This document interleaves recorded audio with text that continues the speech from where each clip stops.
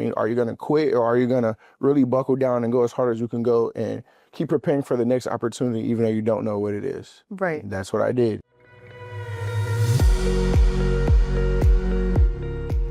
I have senior fifth-year guard, Zawdie Jackson from FIU men's basketball. Thank you so much for taking the time to be here with us today, and I can't wait to learn more about you and your basketball journey. Thank you for having me. Absolutely. So I did my homework. So for those that may not know who you are just yet, why don't you give yourself a little introduction? My name is Zawdie Jackson. I'm from Stone Mountain, Georgia. This is my fifth year, first year at FIU. I've been to about, I'd say, 4 schools in 5 years. But I definitely am enjoying FIU, and I definitely enjoy Conference USA. 4 schools in 5 years. How's that experience been? I mean, I know like in this day and age of college basketball, a lot has changed and a lot has evolved, I guess you could also say. So just how has your experience been with all of that? I think it's been fun. That's how I tell people it's been fun. And I feel like I learned a lot at every place I've been. And also, I'd say I'm a little bit different than, the rest of the transfers in the world because a lot of times I was transferring up. So I started out at a junior college in Alabama called Snead State, and then I went to University of West Georgia, which is a Division II school, for 2 years. Then I went to New Mexico State last year, and now I'm at FIU. So I feel like I pretty much went up every level except for last year transferring in Conference USA, so I feel like I'm a little bit different. Yeah, and then I know you described it as fun, but how would you say that experience was like adjusting to new teammates, new coaches, all of that within just 5 years? Did you find that difficult? Was it hard, sad? I wouldn't say sad. I wouldn't say hard either, honestly, because I love basketball, and I feel like that's what you have to do. You have to be prepared to adjust to your teammates and adjust to coaches. But I feel like also it is challenging. I feel like my 2 years at West Georgia, that's why I did do so good the second year because I was there twice. I was familiar with everything, but honestly, I feel like if you're a basketball player and you really care enough, you'll make the adjustments necessary to be successful. Mm-hmm. I use those terms because it's like you're used to these guys now. Like they're your friends, some of them are your brothers, like, and then you just, not like just leave, but it's like you gotta make new friends again. So how is that? Like, do you still keep in contact with any of your old teammates? Like, how's that all going for you? 100%. I keep in contact with someone from every team I've ever been on in college, So I feel like I'm a very social guy, like social butterfly type of person, especially being a point guard. I think that's important to be able to bond with all your teammates in some way, shape, form, or fashion. So I feel like it's definitely easy for me to have friends, brothers, and people that you still talk to this day on every team I've ever been. Gotcha. And then just take me to square one. Where did your basketball journey begin? How was that like all for you growing up? And then how did you ultimately end up where you are today? Square one, I would say when I was about 6 years old, my cousin had a basketball goal, and, they lived up the street, probably about 5-10 minutes. So every time I go over there, I would just have the time of my life. And my dad bought me a basketball goal, and that was it. From there, I started playing basketball at about 6. And from there, I remember playing at Redan Recreation Center and this church league called Stronghold Church. And that was my earliest memories. And I played school basketball in elementary school in 4th grade. Oh, like rec? Or like for the school team? For the school team, yeah. We played against each other. We had a lot of kids that wanted to play basketball, yeah. I've never heard of that. Yeah, I've only ever heard of like middle school and high school basketball, but I mean, you said you'd play against each other. We played against each other. We had that many boys who wanted to play basketball. So we were all rotating. It was like an 8-week season. So we played everybody twice, and it was super fun. So this was serious. Very serious. Y'all took this seriously. Championship and all. It was very serious. Were you a bucket back then too? Yeah. I was probably the second best player on my team. I mean, in the school. The first best player was one of my friends named Davon Smith. He went on to be a great player. I was going to say, where's he? He's at St. John's. Yeah, he's in the G League right now. He's pretty good. He's amazing. One of the better players I've ever played. Yeah. So it's safe to say, like, nothing's really changed. I mean, at least not for me. For him either. Yeah, no. But so, like I said, you're from Stone Mountain, Georgia. Yes, ma'am. So, and then in high school, I mean, I'm making a big jump here. You had 1,000 career points. That's cool. That's awesome. That's amazing. So obviously your work ethic back then as well was very consistent, very hardworking. Right. So what traits have you carried from then to now? I would say consistency. I'm a very simple guy. So if something works, I like to stick with it. So I would say in high school, I used to work out. I would say because my last year I transferred, so the first 3 years, I pretty much had the same schedule. lift weights during the day and then go to practice. And I would sleep in the locker room and then I would work out again until Wow. my dad came. Yeah, when my dad came, we work out again. I get home at like 10 o'clock at night. Sleep in the locker room. I feel like that's like some serious dedication as Yeah, well. this is what I wanted to do. Oh, it's what you wanted, but still, like that's dedication. Like not everyone. You could have just been like, oh, I'll just wait, and you're like, no, like let me sleep. Sleep, that way I could, be fresh for the next workout. And I feel like that gave me time, if I had homework or if I had something to do, I could get it done and then, I could focus on what I really wanted to focus on. I feel like I had to sacrifice, like playing games and going to parties and stuff like that. Like my friends would say I'm boring, but I feel like that's what got me to where I am today. So I pretty much work out every day. And then my senior year, I transferred to Shiloh High School and I had this coach named Coach Dennis and he worked us out at 5 o'clock in the morning. Those are the coaches that care the most, though. That care about you. Yes. Right. Because my cousin plays basketball, and he would sometimes, like high school basketball at that time, like 4 or 5 in the morning. Yeah. And then they do it all again after school's over. Yeah. That's like, what I was doing. And so, so just like, again, like you say, that consistency. And then you said you transferred from South Gwinnett to Shiloh High School, which are rivalry high schools. Oh, my cousin did that too. Oh, that's yeah, so that's cool. funny. That's cool. So would you say your experience was similar or different at both high schools? I mean, I would say completely different. What- Shiloh is a basketball school where I'm from. Like Shiloh is known, like Shiloh has had professional players. Shiloh has an NBA player currently, Josh Okeke. He's on the Houston Rockets. Okay. So like Shiloh is very much known for basketball where I'm from. Like they have a historic legacy for basketball. I feel like they just cared more about basketball. They put more into it. And I feel like that was the best decision for me to ultimately get to college. So me and my family decided that was the best thing to do. So then what was your recruiting process like out of high school? Rough. I went to a camp. I forget his name, but he changed my life. He invited me to his camp around the corner from my house, and I picked up 2 offers in the same day. Wow. Yeah, those were the only offers I got. It was from Wilberforce, which is an NAI school, and Morehouse College, which is in Atlanta, Georgia, which is Division II. So those were my only 2 offers out of high school, and I was happy to get those. Yeah, I bet. And so then you mentioned off camera your first school was Snead State? It was Morehouse College. It was Morehouse, and then... Yes, but it was COVID. Oh, okay. So that year they didn't have a season. Okay, yes. So then, fast forward to Snead State. Yes, I get to Snead State because Morehouse College cut me. Like, it sounds like an easy question with an easy answer, but how did that make you feel? Tough. That was like, I feel like that's where it really propelled me to be here where I'm at today, because it was like, your back is against the wall now. How much do you really love basketball? You have nothing, you have no offers, you have nowhere to go. You're at LA Fitness every day. You're no better than them. You know what I mean? Are you going to quit, or are you going to really buckle down and go as hard as you can go and keep preparing for the next opportunity, even though you don't know what it is? Right. And that's what I did. And luckily, my former high school coach at my first high school, Ty Anderson, he knew a coach at Snead State. He called him up and he got me an offer, and I committed there. So what was your experience like there? Just like your first real taste of college basketball? Loved it. Yeah. I loved JUCO. Really? I was there for 1 year. I loved it. It was in the middle of nowhere.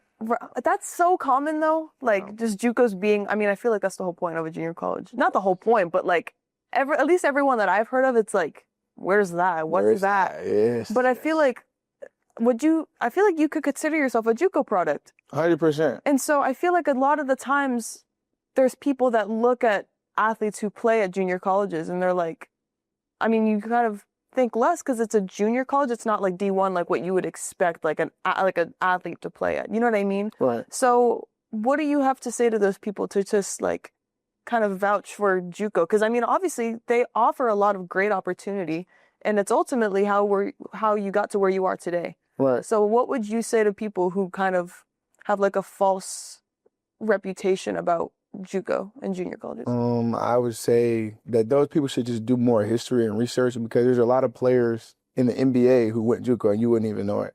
So everybody doesn't have the storybook or story perfect ending or perfect beginning or storybook beginning where they got a million offers in high school. A lot of people went to JUCO, they either had a fixed grade or they weren't quite good enough, or, things just didn't work out in their favor. And I feel like those are the real dogs, the real people who are determined, because things weren't going their way and they figured it out. Their back was against the wall. A lot of people go to JUCO and never make it out and they stop playing their sport. But the people who made it out, I feel like they were even more determined due to the conditions of JUCO, you know, less resources, worse living conditions, less food, you know, like they had to really want it to make it out. So I would say to those people who look down on JUCO, I say you should appreciate them even more because they had less and they still made it to where they needed to make it to. I feel like in this sense, like you could also compare it to almost like a preferred walk-on versus like a scholarship player. Like honestly, the preferred walk-on's gonna want like to work a little bit more hard because they feel like they need to earn their spot in the lineup or even like earn a scholarship on the team. Exactly. And so I feel like comparing a junior college to that as well, like you hear those success stories all the time, and especially now more than ever,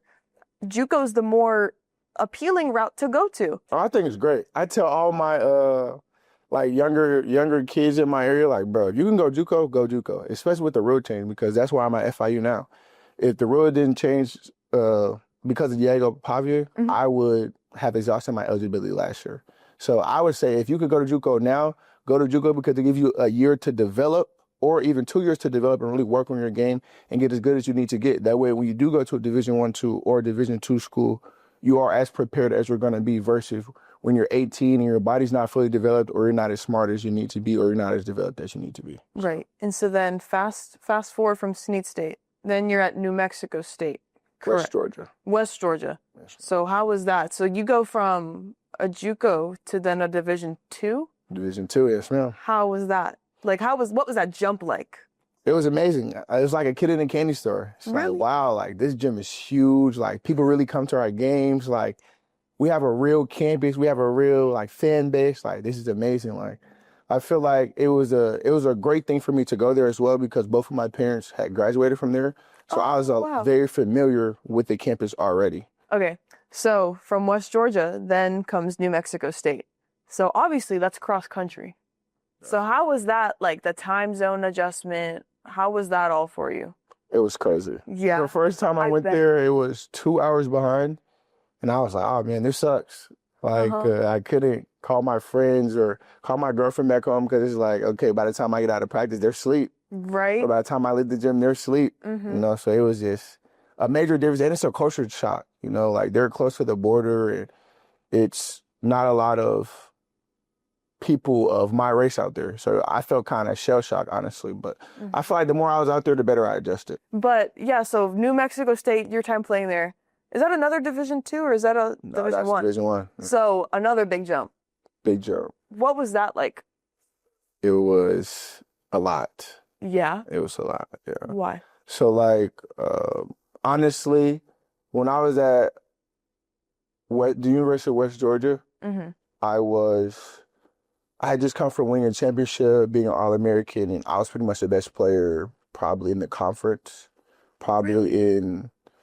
I won player of the region. So like out of the whole Southeast region, so which is like 4 states. Wow. So I was probably like the best player in a couple conferences. So it was like, okay, now I go to Division I and everybody's good. Yeah, you're back at the bottom. Oh, not bottom, not but the like bottom, but like everybody has my talent level or my ability, or they have something that makes them special as well too. Right. So it was like hard adjusting to that, as well as going from Division II to Division I. It was like a major athleticism difference. Yeah. Like you're not the most athletic, you're not the quickest, you're not the fastest. You know, we have instead of 6'5", 6'6" centers, we have 7-foot centers. I know. So it's like everybody has a 6'10" wingspan, 6'9" wingspan. So it's like, wow, everything is different, just like that. So what was that like adjusting for you in terms, like you said, like the size, everyone's speed, ability? Did you feel like you had to catch up in a way, or were you confident? Like you said, you were an All-American, all like regional player of the year. Like, did you at all feel like behind at that point? I wouldn't say behind because I knew like all summer before we went there in June, I feel like I prepared myself as well as I could, you know, for the differences. And of course, I have a lot of friends that are Division I as well. So it's like I try to compete against them as much as possible to be as ready as I can. But of course, it's nothing like, you know, really playing the game and really being in practice, and, you know. Right. But I would say, like, I definitely had to make an adjustment. You know, the first couple of practices were rough, especially in New Mexico. There is elevation. So, you know, I've never been to New Mexico. Yeah, it's the elevation for sure. So I would say my conditioning wasn't the best. Playing against better players, playing against more athletic players. You know, it took me a couple of weeks to really get adjusted and to really find my game. But I feel like I did, and I feel like I didn't play as best as I could, but I feel like I definitely learned a lot from being at New Mexico State, and I don't regret it. Who helped you to like kind of realize that about yourself? I would say definitely my coaches there. I give a shout out to Terriante Thomas, and Coach Sean out there, and my dad. Of course, my dad, he's going to watch everything I do, and he's going to critique everything I do, and you should do this and you should do that. So would he really be your dad, though, if he wasn't doing all those things? Yeah, that's like you don't care, you know what I mean? So he's just being the dad. So, exactly. Yeah. And then at if safe to say, at New Mexico State, you like came out very strong. You actually led the team in 3-point percentage with around 38%, and then you dished out 99 assists. That's cool. I wish I could have got that one more. I know, right? 100 career assists. Wish I could have got that one. Yeah, career assists, no? I think that would be for a season, just for that one season. Wow. Even more impressive. Yeah, that would be cool. Just like you said, kind of having to like get your footing back to where it was before and just like readjusting. How did it feel coming out in that one season, just knowing you made that much of a difference on your team? I feel like I really had an impact on the team, and I feel like I really grew that year.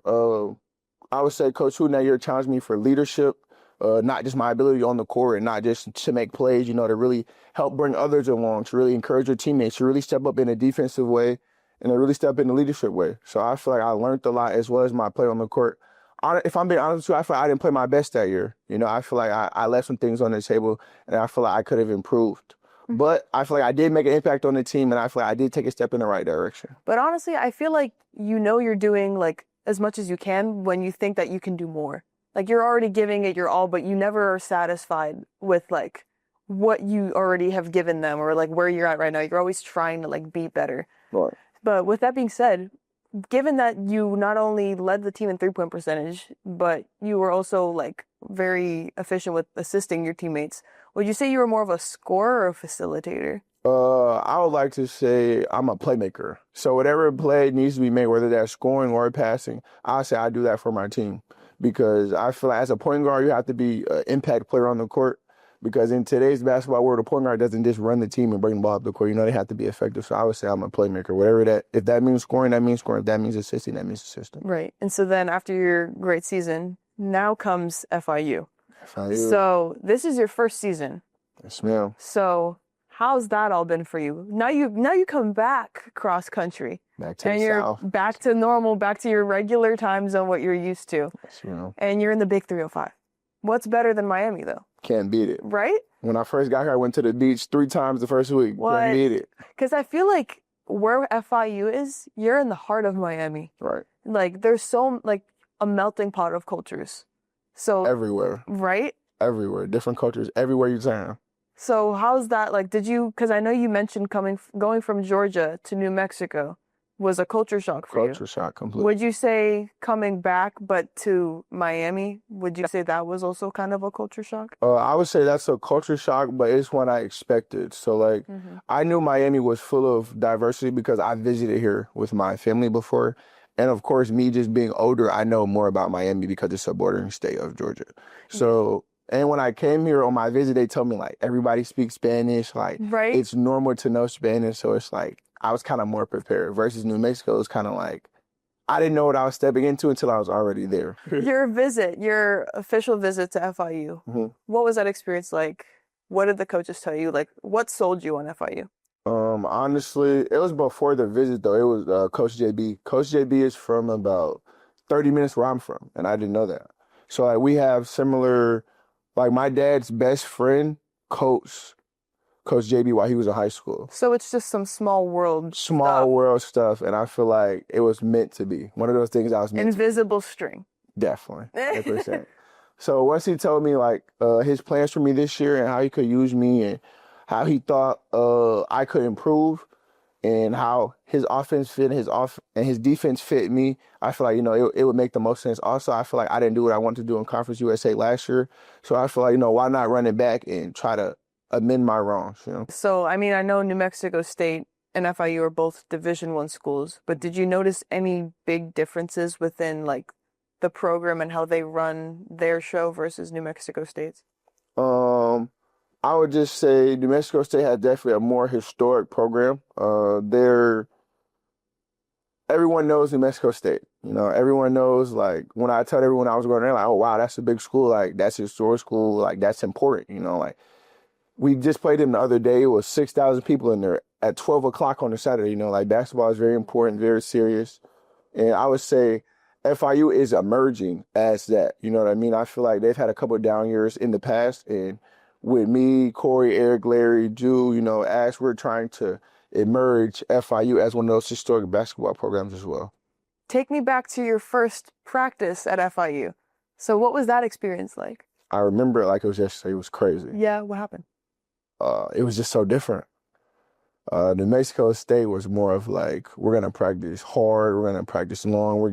If you get something wrong, we're going to pound it into, we're going to keep doing it over and over again. And, you know, it's a different style. You know, we're more of an up-paced team, fast-paced team, fast breaks and steals and dunks. And New Mexico State is more of a slower down type of team, physical, grind it out. So it's just like, just the way they practice is totally different because their styles are different. Mm-hmm. Their styles of winning is different. I think that's cool. You know, that's one of the reasons I came to FIU, and it showed in the practice in day one. I was like, whoa, this is very different, but it's what I wanted, so I was happy. So I always like to ask this to people who have like seniority on their team. Okay. Who's a younger player on your team that you see yourself in? Oh, that's easy for me. I would say Tiago. Mm-hmm. Why so? Because even though he's the youngest player on our team, he has a big voice. Like, he always speaks up. He always gives his mind, and, you know, he always has, especially being a point guard, he has to be a leader. So I tell him, you know, speak up. Like, bro, if you have anything to say it, because everyone's going to respect your voice and respect your opinion. When I'm gone, bro, you're going to lead the team. You know, right. Your expectations and your opinions matter. So just because I'm here now, don't be quiet. Don't take a back seat to me, because I'm going to be gone one day and you're going to have to step up and be a leader. And he does that, as well as the way he can pass the ball on the court. And as much as he cares, I see a lot of that in myself. So like you just gave him advice. What's a big piece of advice that you've been given that you now carry? Oh, I would say for my teammate last year, his name is Deontay Basta. He told me, be where your feet are at. Mm-hmm. And it took me like 5 minutes to process what he was saying. You're like, my feet are right here, though. My feet are right here. Like, what are you talking about? He was like, bro, be where your feet at. Like, whatever you're thinking about elsewhere. We was out in New Mexico State, and he's from Tampa. Okay. And I'm from Georgia. We should both talk about it, like, home and how it's so different, and, you know, how we're 20 hours away from home. And one day he was like, bro, you know what? Let's just be where our feet at. And that really stuck with me, because it's like, bro, whatever you're thinking about that's not this, you need to let it go, because that's not helping you right now. You know, exactly. Like, you're not being your best self because you're thinking about something else. So be where your feet at. Give that your 100% focus. Give that all of your attention, and you'll be as successful as you want to be. That's awesome. Yeah, no, I'm still thinking of you trying to process. You're like, my feet are right here. What are you talking about? Yeah, like, what are you talking about? My feet have always been here. Right here, yeah. No. Bro, I'm right next to you. No, but it's yeah, no, just even like you said, like being where your feet are at, just always focusing on the moment that's right in front of you. How do you feel like you've been able to apply that mindset to your game? I say I apply that to my game every day, honestly. It's really just about going hard and staying focused. You know, I feel like I wouldn't be where I am today without being focused and giving my 100%, because I'm not the biggest, I'm not the fastest, I'm not the most athletic, or I'm not the most talented, but whatever I do, I give 100%, and I give it my complete focus. And I feel like if I didn't do that, I wouldn't have made it here. Right. So just kind of like an everything happens for a reason. Everything happens for a reason type of thing. Yeah, and then sure. I said this in the last episode, and I always like to kind of remind myself of this too. Just if your path to success is straightforward, you didn't do it right. Right. Because it's like, if you're not trying to do whatever it takes to be great, what are you doing? Are you trying? Right. Like, is it even worth it in the end? Like, if you know in your heart that what you did was like the normal way. I mean, I feel like there's no real normal way of ever doing something. It's always about like your approach. But like you said, like your journey is like, it's similar but different to a lot of athletes out there right now. Exactly. Like you said, you've gone to 4 schools in 5 years, right. And you did something similar in high school where like you switched in between high schools. Right. So it's just everything that you've gone through within those 4 years has eventually led you to where you're at today. Exactly. Would you change anything if you could? Honestly, no. I feel like everything that I've been through has made me who I am today, and I wouldn't change that. Mm-hmm. I wouldn't change that for anything, honestly. I feel like that's what makes me Zawdie Jackson. Whether you like that or whether you don't like that, that's what makes me me. Oh, I like that. That's what makes you, you. It's like, that's like, I'm me, and then I don't have to worry about anything else. Not me. So when everything's all said and done, because you're a fifth year, so when everything's all said and done and you hang that FIU jersey up for the last time, how do you want to be remembered? I want to be remembered as a player who gave everything on the court and who tried to make every play to make his team succeed. Whether that's scoring, whether that's assisting, whether that's boxing out, whether that's diving for a loose ball, I want to be remembered as somebody who made the plays necessary to win. And then I know the season's almost over, but how do you feel like since you've gotten here, how has your game like grown and changed since you first got here to now? The number one thing I would say I improved on is my talk. Especially me being an older guy and us having 11 transfers. I feel like a lot of times we weren't on the same page, and the only way to clear that up is by communication. So I feel like I became a lot more vocal, a lot more supportive. You know, I got to listen to my teammates. I got to understand where they're coming from, their previous schools, their previous situations, and I have to try to merge everyone together so we could be successful in one. And then I know, like I said, the season's almost done. But for those of you, or for anyone watching this that may be tuning into your season right now, like what's one thing you want them to know about you as a player and as a person? I want them to know that on the basketball court, I want them to know that number 2 is going to play hard, no matter what. Up, down, good game, bad game, number 2 is going to play hard, and he's going to try to make plays. Off the court, I want people to know that I'm a good person. And I'm a social person. So if you see me anywhere and you want to talk, we could talk. Or don't ever think I'm too Hollywood to talk, you know, or I'm not a typical athlete, like, you know, stuck up or mean or anything. Like I live by a code that says you're never too cool to not be a nice person, you know. So I feel like you should be nice to everyone, kind to everyone, and I'm a social person. So if you see me anywhere, we can talk, we have a conversation, and that'll make me happy. Right, because it costs nothing to be a nice person. Nothing at all. And then for anyone watching, you can look directly into that camera and give any shout out to anyone you may like. First, I want to give a shout out to my mom and my dad. I love y'all. My sister, my brother, I love y'all. Next, most importantly, I want to give a shout out to God. Thank God for, you know, allowing me to be here. Because I definitely prayed to be here. You know, sometimes you forget that you're living what you used to pray about. So I definitely want to say thank God. Another shout out I want to give is to my friend Gerald. He just had a child named Kingston. And the last shout out would be to my girlfriend. Awesome. Well, thank you so much. You were great, and I wish you nothing but the best of luck for the rest of the season. Thank you so much. Thanks for having me. Absolutely.